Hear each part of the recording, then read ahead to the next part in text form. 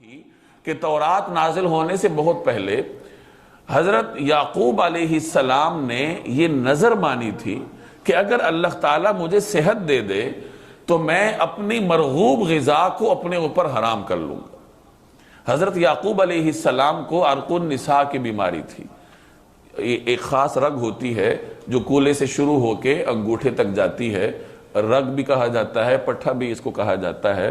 عام طور پر بڑی عمر میں بھی بہت سارے لوگوں کو یہ مرض لاحق ہو جاتا ہے کہ درد ہوتا ہے پاؤں میں، پورے پاؤں میں، کبھی ایک جانب سے ہوتا ہے، کبھی دونوں جانب سے ہوتا ہے۔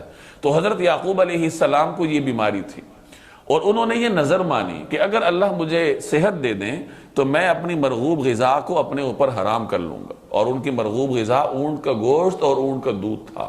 تو اللہ نے انہیں صحت دے دی تو انہوں نے ان دونوں غذاؤں کو اپنے اوپر حرام کر دیا، ان کے استعمال سے رک گئے۔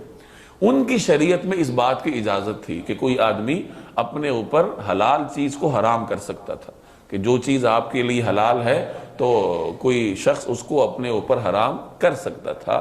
ہماری شریعت میں اس کی گنجائش نہیں ہے۔ اگر کوئی آدمی آج قسم کھا لیتا ہے کہ میں فلاں حلال چیز کو اپنے اوپر حرام سمجھوں گا تو اس کے اوپر لازم ہے کہ وہ اپنی قسم توڑے، کفارہ ادا کرے اور اس حلال چیز کا استعمال کرے، کیونکہ اللہ کی حلال کردہ چیز کو اپنے اوپر حرام کرنے کا کوئی جواز نہیں ہے اور نہ ہی کسی انسان کے پاس آج یہ اختیار ہے۔ تو گزشتہ ادیان میں اس چیز کی اجازت ہوگی۔ تو حضرت یعقوب علیہ السلام نے اس طریقے سے وہ چیز اپنے اوپر حرام کی۔ اب یہ کوئی شرعی حکم نہیں تھا بلکہ یعقوب علیہ السلام کا ذاتی فعل تھا۔